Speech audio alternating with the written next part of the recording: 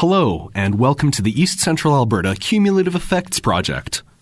You're listening to one of 4 stories about possible futures in East Central Alberta. These stories were developed using a scenario planning process with community leaders from the area. Scenario planning engages us in creative dialogue about the future. Scenarios are stories about possible futures. These stories are not based on projections, predictions, or even preferences. Each story describes a world based on structurally different sets of forces and illustrates an extreme yet plausible example of what could happen, not what will happen. They are designed to challenge rather than reinforce our views about how the future will unfold. We now invite you to listen to Surface Tension, a story of rising tensions in East Central Alberta as competing interests vie for scarce regional resources and struggle for local decision-making control. It's 5 years since Sarah Kruger opened her law practice in Camrose. Not that she attaches any great significance to this milestone. Why people move or why they stay, what they choose to do or not to do, is complicated business, as any lawyer knows, deserving perhaps of reflection as much as celebration. A glass of wine after work with her husband, she decides, will suffice. Sarah was raised in Calgary, always considered herself a fish out of water, always a country girl at heart, a kindred spirit of rural folk. The kind of people who were solid and reasonable, in a low-key kind of way, more likely to solve disagreements, she was convinced, over the fence or over the kitchen table. Her evidence for all this, her confirmation growing up, was the months she spent every summer at her Aunt Carol's house in Holden. This was the vision she clung to, what she hoped was ahead for her. A vision she freely admitted that was complicated by her desire to study law. After graduation, her Aunt Carol, who was never short of practical advice and never hesitant about sharing it, offered this solution. Why not practice law in East Central Alberta? Who says you can't have it both ways? So fresh out of law school, 2028 it was, Sarah made her move, hoping to scratch out a living while she built up trust and established a track record. The first day she opened for business, 2 clients walked through her door. The second day she signed up 2 more. It suddenly seemed to her that there were orphaned cases everywhere, just waiting for adoption. In short, a litigator's paradise. Back in 2014, energy prices remained relatively high, at around $120 a barrel. Spurred on by steady world demand, Alberta continued to be a major player in the fossil fuel industry, providing a safe haven for investors in an unstable world. The province's oil sands continued to expand. Nervous about the political implications of climate change, Alberta became a world leader in investing in carbon mitigation strategies with only marginal success. East Central Alberta was fully integrated into Alberta's fossil fuel economy. A surface coal mine occupying over 300 square kilometers just south of the town of Tofield in the village of Riley, along with a gasification facility, supported oil sands production and new upgraders in the industrial heartland east of Edmonton. Improved extraction technologies were marginally extending the life of conventional oil and gas fields in Flagstaff County.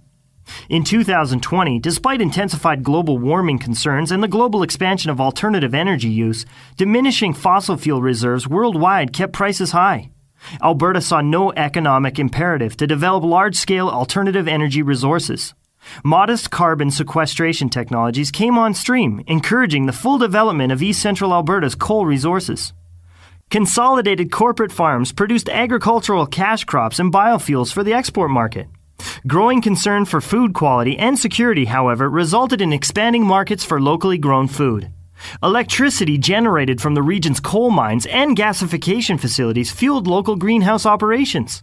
Secure energy supplies, plus government economic incentives, helped diversify the region's economy, attracting small industries, including local food processing plants producing value-added agricultural product for the region, as well as for the Edmonton-Calgary corridor. East Central Alberta experienced moderate economic growth and job creation. More young people moved into the region. Regional hubs, including Camrose, Tofield, Forestburg, Viking, and Sedgwick, were growing, providing commercial, retail, health, and other government services. It was her first big case in 2029 that Sarah met her future husband Jim, a local developer. She was acting against him on behalf of the city of Camrose in a zoning, land use, water allocation, breach of contract dispute.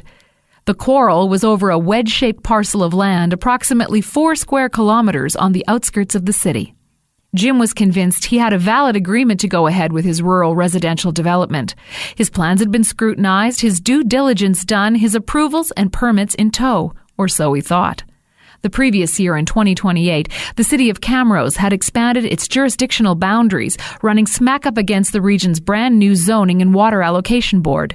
The board threatened to sue the city and Jim if his project was allowed to proceed. The city felt it had no option but to pass the threat on to Jim and put his project on hold. The provincial ministries of Environment and Municipal Affairs got involved. So Jim's plans, once approved, were revisited. Key interest groups re-engaged. Large-scale agricultural interests did not want the land taken out of the agricultural reserve and did not want increased competition for water resources. Local agricultural interests eyed the land for greenhouse and market garden use. Environmentalists wanted it protected as wetlands. One of the countless lawyers involved in the case confided in Sarah that Jim's proposal was not the first one to dissolve without a trace into thin air over that particular wedge-shaped parcel of land. Nor would it be the last, he suspected. Among the legal community, it was affectionately known as East Central Alberta's Bermuda Triangle. Sarah recalls at the conclusion of one raucous meeting how Jim sighed and threw his hands up in frustration. She remembers noticing at the time what fine hands he had. In the end, it was Sarah who brokered the deal. Jim was reimbursed for his expenses and dropped his breach of contract lawsuit. The city and the board agreed to explore more effective ways to regulate scarce resources and to create better mechanisms and incentives to guide growth and development. In 2026, East Central Alberta remained a relatively stable part of the fossil fuel economy, although there was some local concern about its reliance on non-renewable energy. Government, industry, and retail services continued to expand in growing regional centres. Rural residential development spread out around these hubs, as well as greenhouse, market garden, and food processing operations. Further out in the countryside, small farms continued to be swallowed up. Big oil, large-scale agriculture, small-scale industrial development, and expanding residential areas combined with the increasing frequency of drought created tension and competition for scarce land and water resources. Water shortages limited future residential and industrial growth, as well as the region's efforts to diversify. By 2028, water and land use was strictly regulated. Water licenses were prioritized with an eye to adding economic value to the region. Land reclamation was focused on meeting water needs, and wetlands were seen as a key element of mitigation strategies. Some, however, felt community concerns were being ignored. The environment was protected through tight government regulation, but competing interests nonetheless threatened wetlands and wildlife habitat. By 2033, there was a growing sense that government overregulation and a focus on the needs of global markets was stifling economic creativity and local freedoms. Several failed attempts at shared governance resulted in no regional consensus on a focus for future growth and development. Communities and individuals within the region felt mostly ignored. There remained no common understanding of how shared governance could or should work. 4 days after she settled his case, Sarah and Jim went out on their first date. It raised a few eyebrows, they were certain, but didn't care. He thanked her for getting his business out from under the whole mess. She told him he had nice hands. She didn't tell him she was happy with the fate of his project. Sarah smiles now at her desk and recalls that it was 3 days later, on their second date, she informed him she wasn't a big fan of suburban sprawl. To her way of thinking, it swallowed up too much land. Future residential development should be vertical, creating urban density. As a leading-edge developer, she told him, he should get with the program. She shakes her head, amazed at her nerve, and recalls Jim's response. If we're handing out free advice, he told her, and if this hardcore litigation thing turns out not to be your cup of tea, why not focus on mediation services? From the available evidence, you sure know how to broker a deal. Sarah redirects her attention to her presentation to the new Regional Planning, Land Use, Water Allocation, and Environmental Protection Board. Just what the world needs, Jim laughed when she told him, another board. But she's been asked to co-chair this one. This latest attempt at wresting some local control, at coming up with, among reasonable people, a leveling of the playing field, a sensible way forward. Not so different, Sarah recalls now, from what she envisioned as a little girl.